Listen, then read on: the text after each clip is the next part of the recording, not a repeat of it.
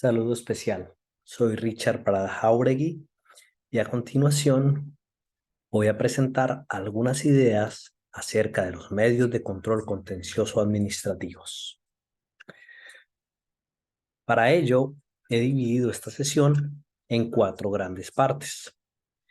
En una primera, realizaremos una introducción, posteriormente hablaremos de la nulidad, seguidamente nulidad y restablecimiento del derecho, para finalizar con las causales de nulidad del acto administrativo como tema de soporte de los medios de control que vamos a estudiar.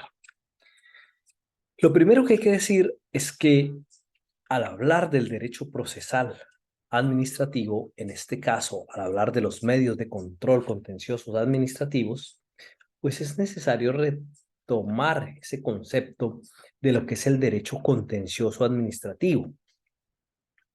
Esta presentación va a estar basada en el trabajo que han realizado distintos doctrinantes como el maestro Jaime Orlando Santofimio Botero, la profesora Consuelo Sarria Olcos, el profesor Libardo Orlando Orbiascos, el profesor Carlos Betancur Jaramillo, entre otros. Entonces, partiendo de esto, el concepto que trae, el concepto que propone Jaime Orlando Santofimio acerca de lo que es el derecho contencioso administrativo, pues pasa por decir que es el conjunto de normas y principios reguladores de los procedimientos que han de seguirse ante los tribunales jurisdiccionales especializados, pues para resolver las diferencias, las controversias, los litigios que se presentan entre la administración pública y sus contradictores, que generalmente pues son los administrados. En esa medida, el derecho contencioso administrativo hace parte de lo que es el derecho procesal administrativo. Y hay que diferenciarlo de lo que nosotros hemos denominado procedimiento administrativo, porque el procedimiento administrativo está compuesto por todas aquellas actuaciones que se surten directamente ante la administración, que se realizan a través precisamente de los medios que la ley legalmente pues ha reconocido para que la administración aclare, modifique o revoque sus pronunciamientos, mientras que acá nosotros vamos a hablar del trámite que se va a surtir ante la jurisdicción contenciosa administrativa, es decir, ante la jurisdicción especializada para resolver las controversias que se presentan entre la misma administración y sus administrados o entre la administración de manera interna entre sus mismos entes. Bien, para ello digamos que es necesario que nosotros revisemos cuáles son los fundamentos constitucionales de los medios de control. Y aquí vamos a partir de lo siguiente. Cuando nosotros revisamos nuestra Constitución, vamos a encontrar que tiene un desarrollo puntual sobre algunas acciones constitucionales. Y nos habla entonces en el artículo 86 de la acción de tutela, nos habla también de la acción de inconstitucionalidad, pero cuando nosotros vamos a revisar los medios de control, en este caso las antiguas acciones contenciosas administrativas, y aquí hacemos una aclaración, que cuando haga alusión al término acción, pues vamos a entender que se trata de los medios de control, como más adelante lo vamos a explicar. Entonces, esos medios de control como tal, pues no tienen un fundamento específico en la Constitución política. Sin embargo, es el artículo 94 de la Constitución el que va a dejar la puerta abierta para que sea el legislador el que entre, el artículo 94, no, perdón, el artículo 89 de la Constitución es el que deja abierta esa puerta para que el legislador regule los demás recursos, las demás acciones, los demás procedimientos necesarios con el fin de que se puedan hacer valer los derechos de los asociados. Y entonces, en esa medida tenemos que entre el artículo 86 y el artículo 88 fueron codificadas algunas acciones constitucionales, vistas esas acciones constitucionales desde la teoría clásica, pero que el artículo 89 va a ser el fundamento para que el legislador posteriormente las regule. En la actualidad, esa regulación se da a través del Código de Procedimiento Administrativo y de lo Contencioso Administrativo, Ley 1437 del 2011, modificada por la Ley 2080 del 2021, que nos va a establecer allá, nos va a depurar para nosotros las acciones o los medios de control. Y entonces aquí vamos a aclarar lo siguiente. Digamos que con la modificación que se realizó en el año 2011, con el que en su momento era el nuevo código, pero pues que ya por el paso del tiempo no es el nuevo código, sino simplemente es el Código de Procedimiento Administrativo y de lo Contencioso Administrativo, pues este introdujo una discusión clásica en el derecho procesal, y es que cambió la connotación que tenía o que traía el decreto 01 del 84, el Código Contencioso Administrativo que estaba vigente hasta ese momento, que se refería a las acciones de manera específica. Entonces teníamos la acción de nulidad, que era la acción de nulidad simple, la acción de nulidad y restablecimiento del derecho, la acción de controversias contractuales, la acción de reparación directa. En este caso lo que se propuso es una acción única. De hecho, esa fue la gran discusión que se dio en medio del proceso a través del cual pues se generó este código, y era así: se debía tener una acción única contenciosa con diferentes pretensiones, que desde mi visión es prácticamente lo que tenemos, una acción única contenciosa con diferentes pretensiones, que vamos a llamar nosotros medios de control. Entonces, hecha esta aclaración, vamos a darnos cuenta que nosotros tenemos 15 medios de control. Y esos medios de control son los siguientes. Tenemos la nulidad por inconstitucionalidad, el control inmediato de legalidad, la nulidad que antes conocíamos como nulidad simple, la nulidad y restablecimiento del derecho, la nulidad electoral, la reparación directa, el medio de control de controversias contractuales, el medio de control de repetición, el medio de control de pérdida de investidura. El artículo 144 nos habla del medio de control para la protección de derechos e intereses colectivos, que nosotros conocemos como la acción popular. El 145 nos habla de la reparación de los perjuicios causados a un grupo, medio de control entonces para la reparación de los perjuicios causados a un grupo, que nosotros conocemos como la acción de grupo. Tenemos entonces también el medio de control para el cumplimiento de las normas con fuerza material de ley o de actos administrativos, que nosotros hemos estudiado como la acción de cumplimiento. Y dos que no son muy comunes, sobre todo esta primera, que es la nulidad de las cartas de naturaleza y de las resoluciones de inscripción, que el código la contempla como medios de control de nulidad de las cartas de naturaleza y de las resoluciones de autorización de inscripción. Y finalmente el medio de control por vía de excepción. Entonces, ¿dónde los encontramos? En el Código de Procedimiento Administrativo, entre el artículo 135 y el artículo 148.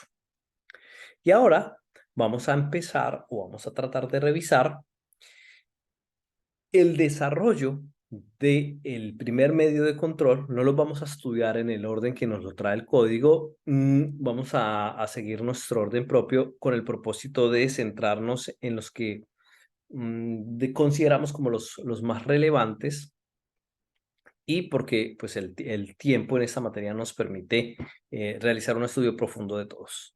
Además que este estudio es necesario y se justifica con el propósito de que cuando lleguemos a estudiar el procedimiento ordinario, que es el que regula cada una de estas acciones, con excepción, o bueno, el que regula cada una de estas acciones no, porque el procedimiento ordinario que nosotros vamos a estudiar se aplica solamente para la nulidad y restablecimiento del derecho, reparación directa, controversias contractuales y la acción de repetición.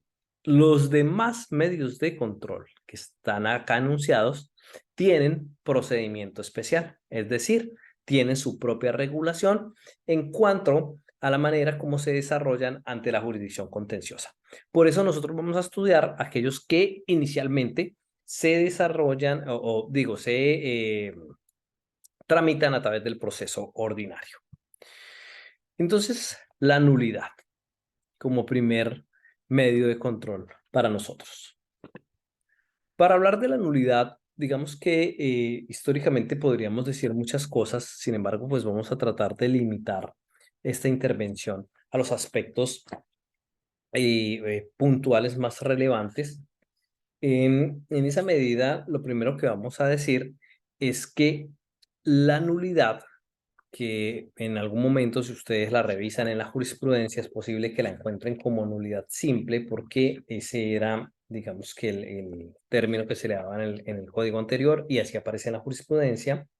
Pues es un medio que hay que identificarlo como medio objetivo, es decir, es un medio de control cuyo propósito no es uno distinto que el de garantizar la legalidad. Y acá va a ser muy importante que nosotros eh, entendamos la relación que va a tener la teoría del acto administrativo con el medio de control de nulidad y de nulidad y restablecimiento del derecho. Y es que son la esencia. Estudiar la teoría del acto administrativo es fundamental, principalmente porque sobre las causales de nulidad es que va a reposar la procedencia o no, el reconocimiento o no de que prosperen mis pretensiones tanto en la nulidad como en la nulidad y restablecimiento del derecho. Entonces, al revisar los fundamentos normativos, bueno, recordamos que este medio de control está en el artículo 137 de la ley 1437 del 2011, en el Código de Procedimiento Administrativo de lo Contencioso, pero lo más relevante allá va a ser lo siguiente. Ese artículo 137 va a ser elemento de estudio de aquí en adelante, porque ese artículo 137, como lo estudiamos el semestre anterior, cuando estudiamos el procedimiento administrativo, el derecho administrativo 2, mejor, contiene las causales de nulidad del acto administrativo. Y entonces, al revisar la nulidad de los actos administrativos, al revisar el medio de control de nulidad, nos vamos a dar cuenta que, digamos que la institución jurídico-administrativa de la nulidad de los actos hoy es más compleja y está regida por diversos medios de control. Y es que efectivamente la nulidad de los actos administrativos no solamente se limita a dos típicos e históricos medios de controles judiciales, es decir, no solamente vamos a hablar de lo que antes era la acción de nulidad simple y la nulidad de restablecimiento del derecho, previstas en el artículo 137 y 138 del Código de Procedimiento Administrativo y de lo Contencioso respectivamente, sino que también vamos a ver que nosotros tenemos el medio de control de nulidad por inconstitucionalidad del artículo 135, el medio de control inmediato de legalidad del artículo 136, el medio de control de nulidad electoral del artículo 139. Y le sumamos a esto el medio de control de nulidad de los actos contractuales previos, concomitantes y posteriores, que está en el artículo 141. En el artículo 141 nosotros tenemos la acción de controversias contractuales, pero a través de esta pues también se puede solicitar la nulidad de los actos administrativos, como lo acabé de mencionar, previos, concomitantes y posteriores. Estoy hablando específicamente de los actos contractuales.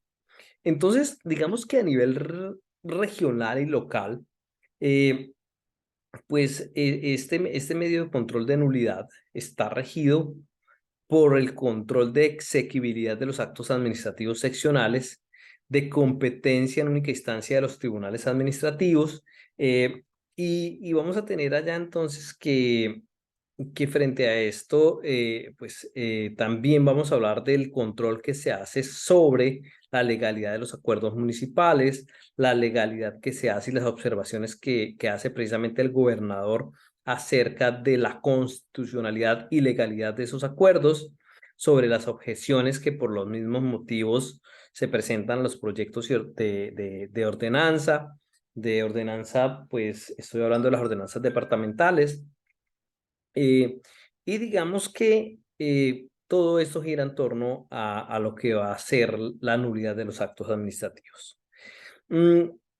Cuando nosotros miramos el artículo 137, nos damos cuenta que el artículo 137 nos habla en su objeto específicamente de la nulidad de los actos generales, abstractos u objetivos, es decir, de los actos administrativos que están dirigidos a sujetos indeterminados, pero que también puede ser aplicable a sujetos determinados o por lo menos determinables, es decir, a los actos de carácter personal o concreto. Y allá nos va a aparecer una teoría jurisprudencial que ya se encuentra extinta, pero que es necesario estudiarla y entenderla, que es la teoría de los fines y los móviles, o la teoría de motivos y finalidades, que hoy por hoy, digamos que se haya positivizada en el artículo 137 y 138, como lo veremos más adelante. Entonces, vamos a mirar. Cuando nosotros revisamos el medio de control de nulidad, nos damos cuenta que el artículo 137 nos dice que este medio de control lo puede presentar toda persona para solicitar por sí mismo o por un representante que se declare la nulidad de los actos administrativos de carácter general. Y nos dice, a renglón seguido, cuándo hay lugar a que proceda la nulidad. Es decir, que esta procederá cuando se haya expedido un acto administrativo y denuncia las causales de nulidad del acto administrativo, que son las siguientes. Cuando se expidió un acto administrativo con infracción de las normas en que debería fundarse, sin competencia, en forma irregular, con desconocimiento del derecho de audiencia y defensa, mediante falsa motivación o con desviación de las atribuciones propias de quien lo profirió. De allí que para mí sea fundamental entender muy bien, por lo menos esta parte de la teoría del acto administrativo. ¿Cuáles son las causales y en qué consisten las causales? Que lo vamos a estudiar nosotros al final de esta charla. Cuando nosotros seguimos la lectura del artículo 337, vamos a encontrar una particularidad, y es que el artículo 137 dijo que excepcionalmente también podría pedirse la nulidad de los actos administrativos de contenido particular, pero no lo dejó abierto a cualquier posibilidad. Es decir, aquí cierra la discusión de teoría, motivos y finalidades porque nos dice, mire, primero, ¿en cuál caso? Primer caso, cuando con la demanda no se persiga o de la sentencia de nulidad que se produjere no se genere el restablecimiento automático de un derecho subjetivo a favor del demandante o de un tercero. Ya vamos a explicar. Segundo, cuando se trata de recuperar bienes de uso público. Tercero, cuando los efectos nocivos del acto administrativo afecten en materia grave el orden público, político, económico, social o ecológico. Y cuarto, cuando la ley lo consagre expresamente. Y viene el parágrafo que positivizó la teoría de motivos y finalidades. El parágrafo que dice que si de la demanda se desprendiere que se persigue el restablecimiento automático de un derecho, se tramitará conforme a las reglas del medio de control de nulidad y restablecimiento del derecho. Y entonces aquí hacemos una pausa para empezar a explicar lo siguiente. Resulta que la teoría de motivos y finalidades, que además es una teoría que va a ser fundamental en el estudio de quien se vaya a dedicar al derecho administrativo, por lo menos por la importancia histórica que esta representa, toda vez que, pues como lo acabo de mencionar, el parágrafo la positivizó y digamos que de alguna manera resolvió ese gran inconveniente o zanjó esa discusión. Pues lo que tenemos es que esta norma, este artículo 137, conserva muchos de los aspectos tradicionales de la antes llamada acción de nulidad. Y en efecto, digamos que su titular pues es toda persona, las causales de anulación siguen siendo las mismas, es decir, tenemos una causal genérica, que es la de la violación de las normas superiores, y las causales específicas referidas a cada uno de los elementos de los actos administrativos. Y a través de la pretensión de nulidad se pueden demandar actos de certificación, circular de servicio y actos de registro. Pero el aspecto acá realmente relevante es que, digamos que a través de este medio de control se especificó que se van a demandar los actos administrativos de carácter general y que solo por excepción se pueden impugnar por este medio los actos administrativos de carácter particular, bajo las causales que acabé de mencionar. Y entonces, digamos que estas modificaciones recogen las diferentes tesis jurisprudenciales del Consejo de Estado que son desarrolladas desde el año 1961, cuando por primera vez se planteó la teoría de los motivos y las finalidades para establecer la procedibilidad de las acciones de nulidad y nulidad de restablecimiento del derecho. En eso entonces se llamaba, acción de plena jurisdicción, según si el acto administrativo demandado era general o particular. Al respecto, digamos que el legislador pues convirtió en norma positiva lo que fue la evolución jurisprudencial sobre la procedibilidad de la acción de nulidad según el acto demandado, para evitar precisamente pues las múltiples interpretaciones que en muchas ocasiones pues eran contradictorias. Y esto se hace partiendo de recoger el criterio obvio de que la acción de pura nulidad generalmente se ejerce contra actos de contenido general, mientras que cuando se trata de impugnar actos que afectan derechos subjetivos, es decir, actos administrativos de carácter particular, se ejerce la acción de nulidad y restablecimiento del derecho. Lo contrario son los casos de excepción a los que se refiere lo que acabé de comentar, y el parágrafo que realmente es relevante en la medida que pues deja claro que si de la demanda surge que lo que se persigue realmente es el restablecimiento automático de un derecho, se aplicarán las normas previstas para la acción de nulidad y restablecimiento del derecho. Ahora vamos a ver esto porque es importante bajo la luz de la teoría de motivos y finalidades. Pues es relevante por lo siguiente.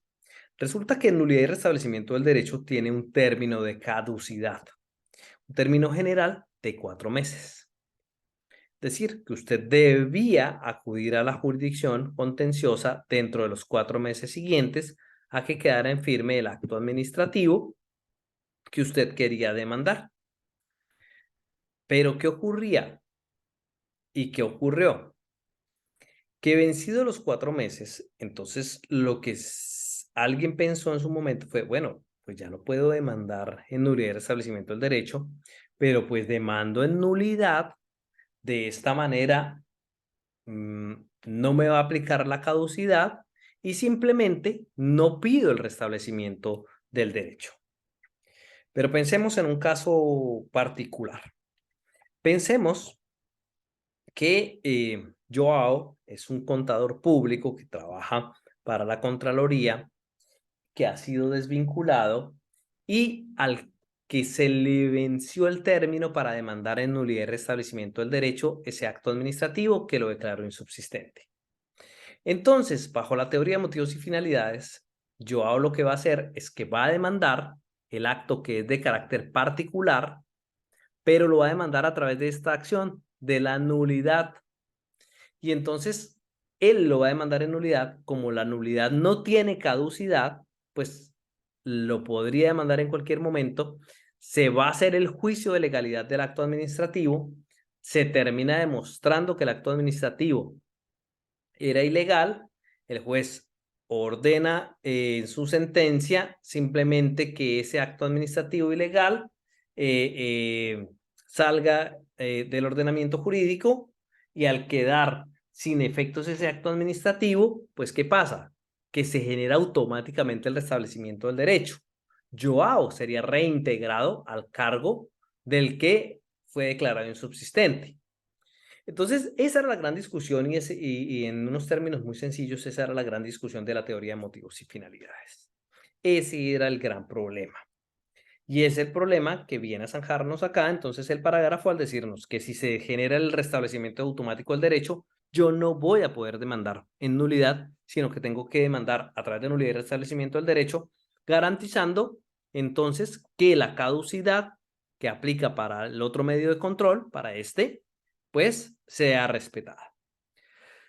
Frente a las excepciones, digamos que las excepciones que tenemos, la primera de ellas es cuando de la demanda no se persiga que se genere un restablecimiento automático del derecho. Entonces, yo puedo demandar un acto administrativo de carácter particular si no se va a generar entonces un restablecimiento automático del derecho, como en el ejemplo que acabamos de presentar. En esa medida, el ejemplo podría darse sobre un acto administrativo de carácter particular, por ejemplo. Digamos que el ejemplo no es muy sencillo de construir en la medida que, como se trata de un acto administrativo de carácter particular, este generalmente pues está ligado a un derecho subjetivo, y eso implica que al anular el acto administrativo se va a generar una consecuencia favorable frente al titular de ese derecho. Pero podría darse alguna situación en la que exista un acto administrativo a través del cual, por ejemplo, se le reconoce a acto administrativo a través del cual se impone una sanción a una persona.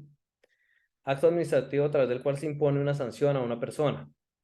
Digamos que esa sanción consiste en una multa. Y estamos hablando de una multa dentro del derecho, específicamente dentro del derecho urbanístico. Es un acto administrativo de carácter particular.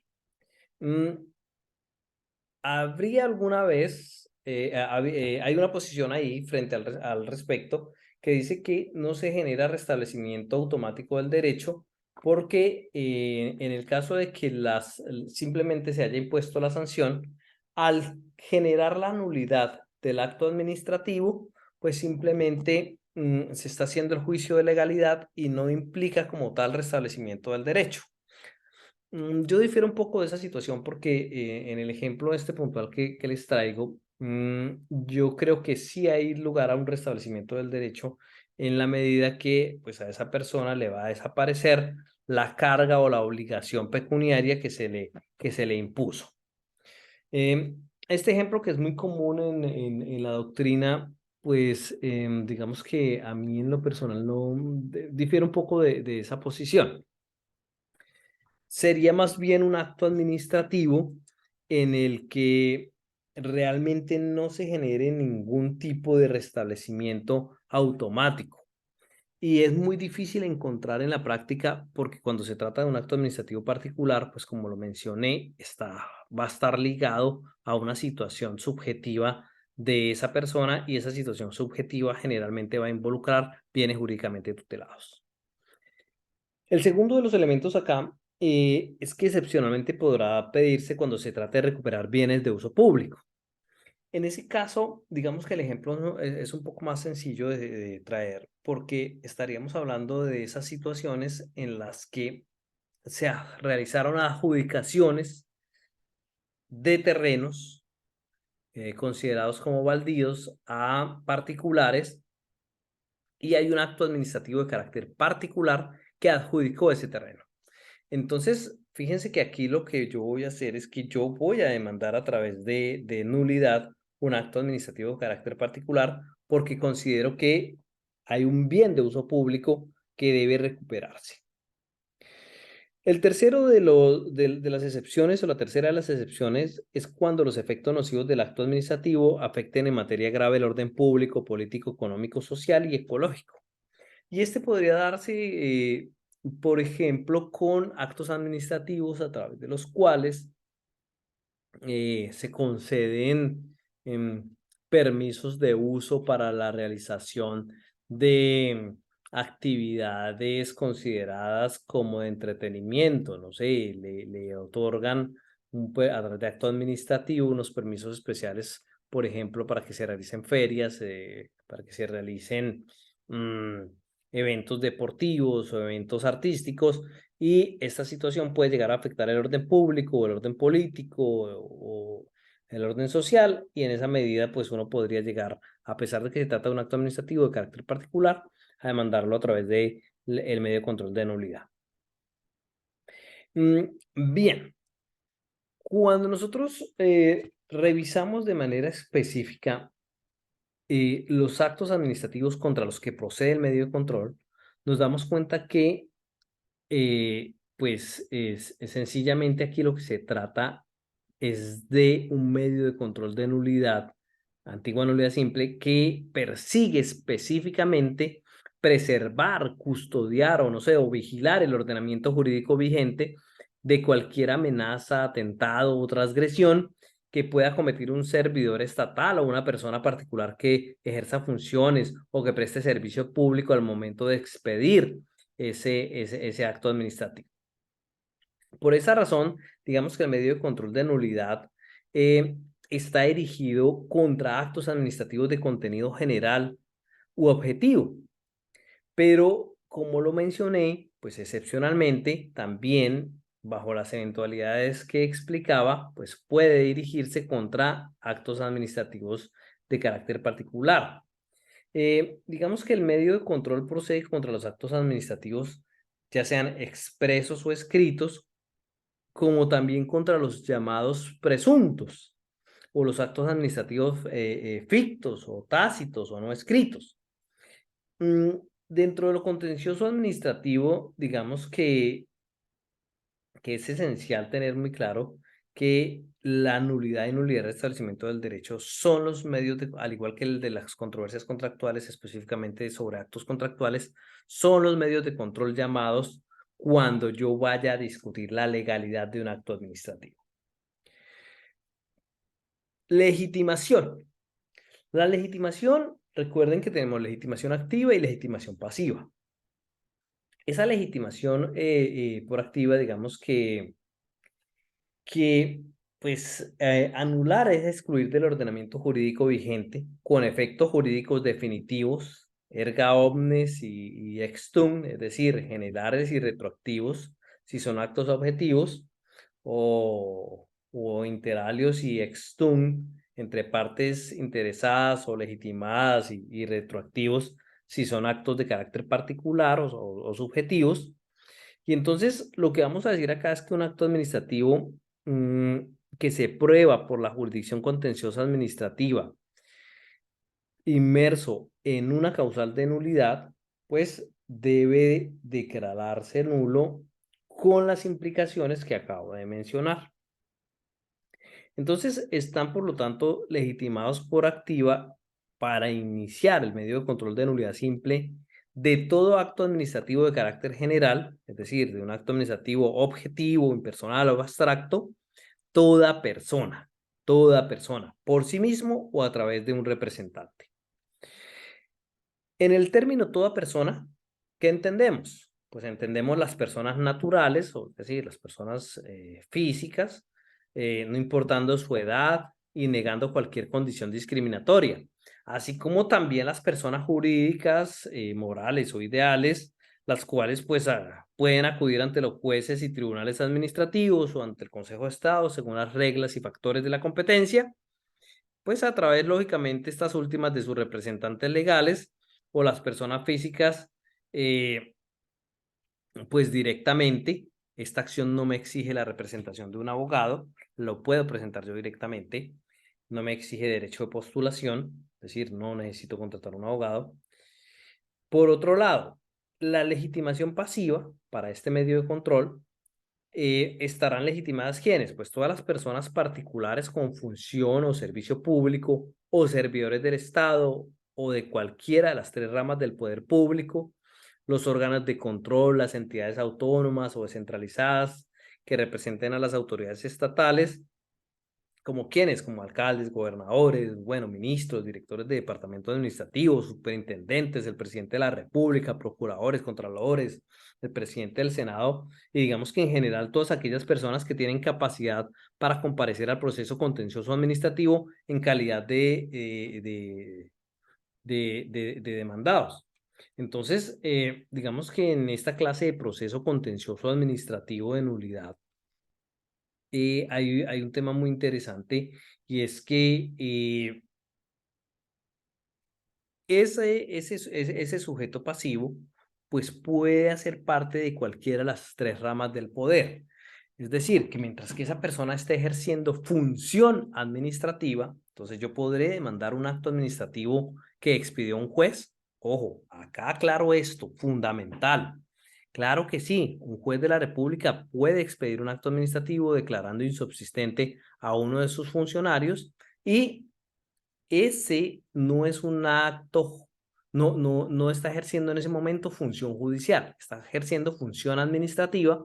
Por lo tanto, yo voy a ir a demandar a la rama judicial porque expidió un acto administrativo el juez del despacho primero civil del circuito del municipio de Pamplona, declarando insubsistente al secretario de despacho. ¿Listo? Y lo voy a demandar. Entonces, ¿cómo lo voy a demandar? Bueno, en ese caso, por tratarse de un derecho subjetivo, no a través de la nulidad, sino a través de la nulidad y restablecimiento del derecho. Pero también puede ser que dentro de la rama judicial se expida ya a través de la dirección seccional un acto administrativo de carácter general a través del cual se convoca a un concurso y ese es un acto administrativo de carácter general y yo ese lo voy a poder ir a demandar a través del medio de control de nulidad. ¿Listo? Entonces, fíjense bien que la nulidad entonces va a estar ligada a la manera como se ejerce esa función, es decir, a que se produzca un acto administrativo. Bien, el objetivo del medio de control lo tenemos claro. La finalidad, y aquí nos aparece una sentencia, volvemos un poquito acá hacia los aspectos generales, encontramos esta sentencia, la sentencia C620 del 2004, que es importante y la quise referenciar porque en esta sentencia se manifiesta o manifiesta de manera clara la Corte Constitucional que la acción de nulidad tiene como finalidad específica la de servir de instrumento en nuestro medio para pretender o buscar la invalidez de un acto administrativo proveniente de cualquiera de las ramas del poder público, por estimarse contrario a la norma superior de derecho a la cual debe estar sujeto. Fíjense que la sentencia está reiterando lo que yo acababa de explicar. Y dice además esa sentencia que a través de dicha acción, es decir, de la acción de nulidad, se garantiza el principio de legalidad que es consustancial al Estado social de derecho que nuestra Constitución institucionalizó y que con el cual además busca asegurar el respeto y la vigencia de la jerarquía normativa. ¿Y qué quiere decir eso de la jerarquía normativa? Pues que dicha jerarquía, dice la Corte Constitucional, cuya base es la Constitución, se integra además con la variedad de actos regla que en los diferentes grados u órdenes de competencia son expedidos por los órganos que cumplen las funciones estatales en ejercicio de las competencias constitucionales y legales de que han sido investidos formal, funcional o materialmente.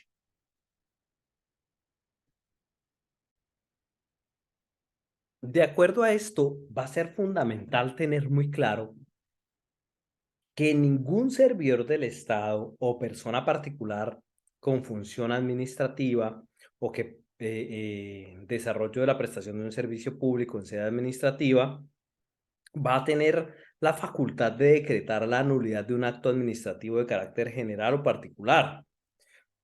Pues, de acuerdo con el artículo 238 de la Constitución, solo la jurisdicción contenciosa administrativa, previo procedimiento judicial, puede declarar la nulidad del acto administrativo impugnado y lo hace a través de una sentencia judicial o por la suspensión de la eficacia de los efectos jurídicos de dicho acto mediante una providencia judicial que reconoce esta situación en la medida cautelar, a través de una medida cautelar frente al acto demandado.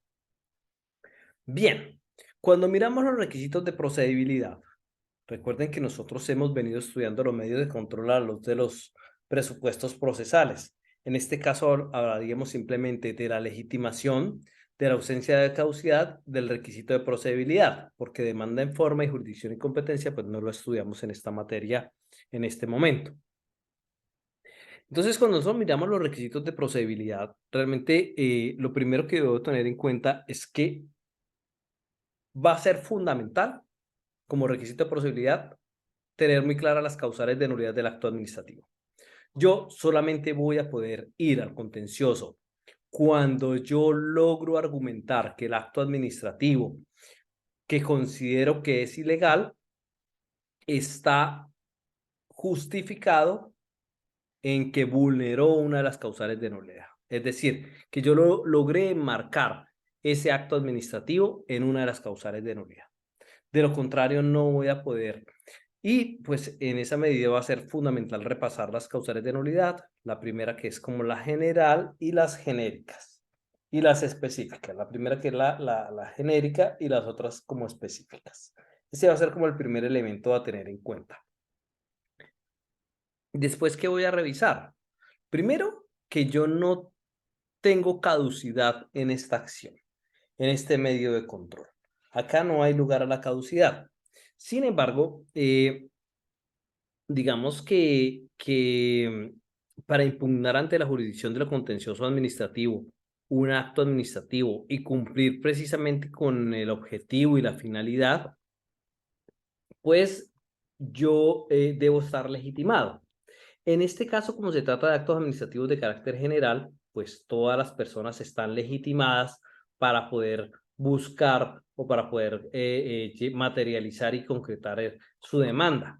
Entonces, las causales de nulidad van a ser fundamentales, como lo mencionaba, porque si bien es cierto que cualquier persona lo puede hacer, pues va a exigirme acá un nivel de argumentación no básico, sino un nivel de argumentación un poco más complejo del que cualquier persona podría esbozar, porque, pues, por ejemplo, hablar de la expedición irregular del acto administrativo me implica a mí que yo conozca cuáles son las formas de expedir ese acto administrativo.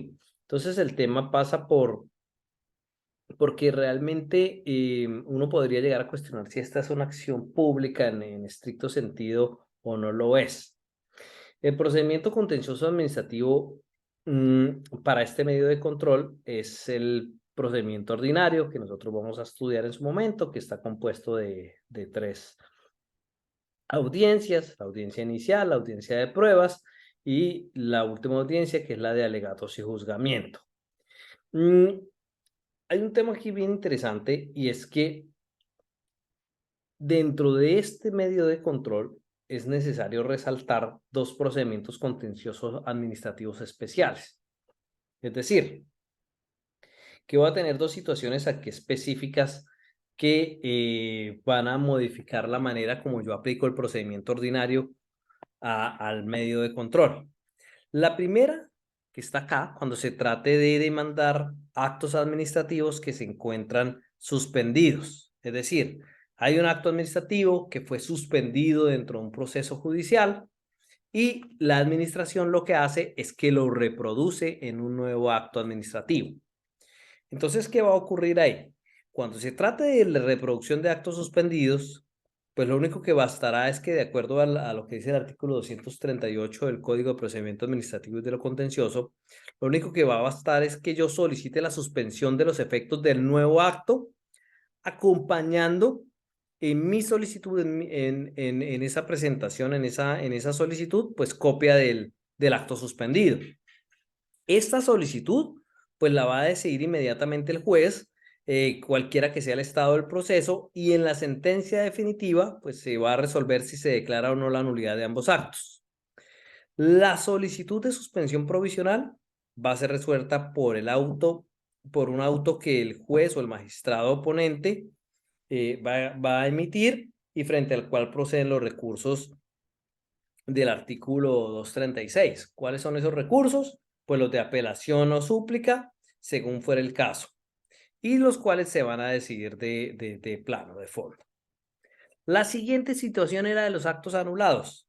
Cuando se trate de reproducción de un acto anulado, la situación es supremamente compleja. Es decir, el acto ya fue declarado nulo y usted lo vuelve a reproducir, señora administración. ¿Dónde está el respeto al principio de legalidad? Entonces, cuando se trate de estos, de acuerdo a lo que dice el artículo 239 del CEPACA, pues el interesado lo que va a hacer es que va a pedir la suspensión o podrá pedir la suspensión provisional y la nulidad del acto que se reproduce, es decir, del acto que reproduce un acto anulado. ¿Y esto cómo lo va a hacer? Pues mediante un escrito razonado dirigido al juez que decretó la anulación, con el que acompaña, pues lógicamente, va a presentar ahí la copia del nuevo acto. Si el juez o magistrado que conoce esta situación considera que realmente hay fundamentos para lo que se está diciendo, es decir, que esa acusación de reproducción ilegal es cierta, es veraz, pues va a disponer de una vez que se suspenda de manera inmediata los efectos del nuevo acto, ordenando además que se dé traslado de la actuación a la entidad responsable de la reproducción, convoca una audiencia para decidir sobre esa nulidad. En esa audiencia, ¿qué pasa? Pues en esa audiencia el juez o el magistrado ponente va a decretar la nulidad del nuevo acto cuando encuentre demostrado que reproduce el acto anulado y además compulsará copias a las autoridades competentes para que investiguen, no solamente disciplinariamente, sino para que investigue también penalmente a ese funcionario que reprodujo un acto administrativo que ya había sido anulado, porque es supremamente grave que no se respete el principio de legalidad. Bien, hasta acá, digamos que hemos planteado los elementos más importantes o más relevantes de la nulidad, de una manera muy sencilla, muy básica, pero lo suficientemente clara como para que tengamos todos una visión de qué es la nulidad, el medio de control de nulidad, cuál es su objeto, cuáles son sus fundamentos, su legitimación a la luz de los presupuestos procesales y así como su relación con las causales de nulidad del acto administrativo y las dos situaciones especiales que se pueden llegar a presentar dentro del procedimiento ordinario del medio de control. A continuación, vamos entonces a hablar del medio de control de nulidad y restablecimiento del derecho.